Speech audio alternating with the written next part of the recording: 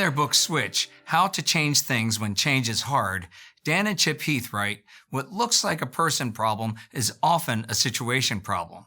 They cite a 2002 study by Brian Wansink from Cornell University, where moviegoers were randomly given medium or large containers of free popcorn that were either fresh or stale. The result? Container size was a direct influence on popcorn consumption. Moviegoers ate 45% more fresh popcorn when given large containers.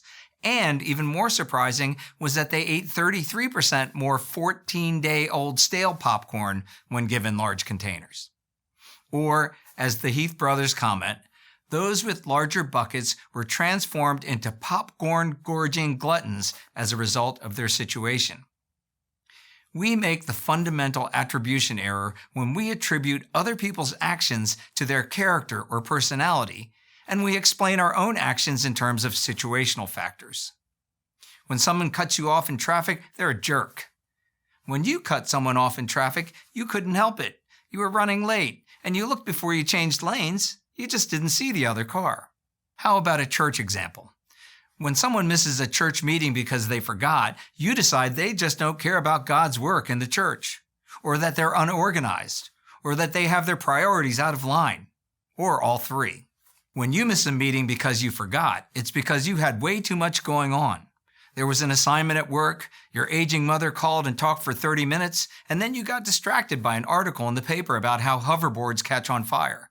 But you're a good person, and you care about God's work. What if we took seriously the idea that we will be judged in the same way that we judge others, as Jesus says in Matthew 7:2? Perhaps we would look at the situation of others to try to explain their behavior instead of being critical of their character or personality.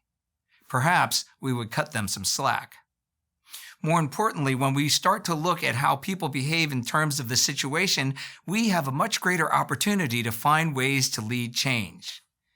What would you rather do? Try to change people or try to change the situation?